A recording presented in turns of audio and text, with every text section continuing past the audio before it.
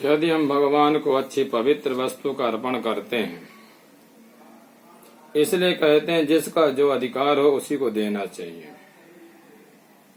ब्राह्मणों का जो अधिकार होता है वो ब्राह्मण को ही मिले, कन्या का जो अधिकार होता है वो कन्या को ही मिले, और परमात्मा का जो अधिकार होता है वो परमात्मा को ही मिले, और गौ माता का जो अधिकार होता है गौ माता को मिले। यदि हम किसी और का अधिकार किसी और को देते हैं तो प्रायः देवता स्वीकार नहीं करते, क्योंकि पहले उनका अधिकार उसमें बन जाता है। इसलिए हम लोग बहुत मेहनत करते हैं अपने कार्य क्षेत्र के लिए भी, घर में सुख शांति प्राप्त करने के लिए भी, और पद उन्नति के लिए भी, और आत्म शांति के लिए भी, और मोक्ष के लिए भी। पर हमारी थोड़ी सी गलती, थोड़ी सी लापरवाही हमारे जीवन में तकलीफ का कारण बन जाते हैं। जैसे हम भगवान की तो पूजा करते हैं, पर भगवान की पूजा करने से पहले यदि हम क्षेत्र के देवता को नमस्कार नहीं करते, यदि हम कुल देवता को नमस्कार नहीं करते, अपने गुरुदेव को नमस्कार नहीं करते हैं, तो पूजा नहीं करते हैं, तो पूजा करने का कोई फल नहीं। यदि हम गुरु को प्रणाम करते हैं, कुल देवता को प्रणाम करते हैं, इष्ट क्षेत्र के देवताओं को प्रणाम करते हैं, फिर हम भगवान की पूजा करें। भगवान की पूजा में कहा गया बनावटी नहीं होना चाहिए। अगर हम बनावटी करते हैं तो किसको धोखा दे रहे हैं? अपने आप को। भगवान ने हमें बुद्धि इसलिए दिया है, चतुराई करने के लिए नहीं, बुद्धि का सही इस्तेमाल करने के लिए।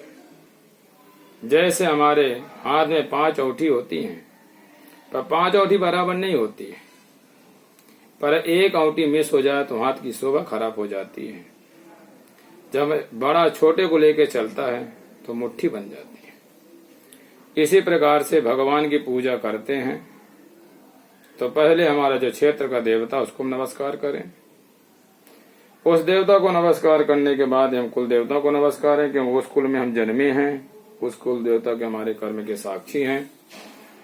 इसके बाद में गुरु जो हमें मार्ग दिया, ज्ञान दिया, उसको हम नमस्कार करें। फिर हम देवताओं की पूजा करें।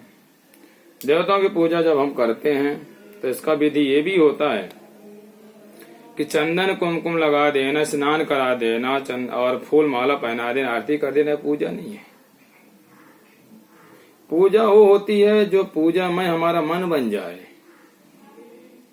भगवान का हम ध्यान करें, भगवान का हम जप करें, और जप करने का भी अवधि होती है। यदि आपने एक माला जपा है तो जितना समय तक आपको एक माला जपना हो, 1 महीना, 2 महीना, 6 महीने, तो एक माला ही करते रहे। उसके बाद में जो माला आपने एक माला जपा है उसका कहते उद्यापन करें, पुनः माला की पूजा करके पुनः संकल्प करें। फिर 3 माला जपना है तो 3 माला जपते जाएं। यदि हम इस विधि से हम जप करते हैं तो कम समय में हमें परमात्मा की अनुभूति होती है और हमारे कार्य अच्छे बन जाते हैं। आज हमने 11 माला किया, कल पता चले कि हम एक बार भी माला नहीं जप पाए, तो हम थोड़ा आगे बढ़ते हैं, थोड़ा रिवर्स होते हैं और कहते हैं कि महाराज क्या करें, जीवन में सफलता मिलती नहीं, भगवान कितनी पूजाएं करते हैं। भगवान की पूजा आप अपने मन के अनुसार करते हैं। मन के अनुसार पूजा कभी नहीं होना चाहिए, शास्त्र के अनुसार पूजा होना चाहिए। जब हम शास्त्र के अनुसार पूजा करेंगे तभी हमें सफलता मिलेगी। हमारे मन में जब आएगा तो हम ध्यान करेंगे, जब मन में आएगा तो पूजा करेंगे, जब मन में आए तो जब करें, तो महाराज मन हमारा और चंचल होता जाता है। इसलिए कहते हैं पूजा को जो विधि है वो हमारे शास्त्र बताते हैं, हमारे संत वृंद बताते हैं कि उन्होंने पहले किया है, परमात्मा भी पूजा किए हैं। इसलिए कहते हैं सभी भक्तों से प्रार्थना है कि मन के अनुसार पूजा ना करें, शास्त्र के अनुसार पूजा करें, अपने जीवन में सुख शांति की प्राप्ति करें। जय श्री कृष्ण।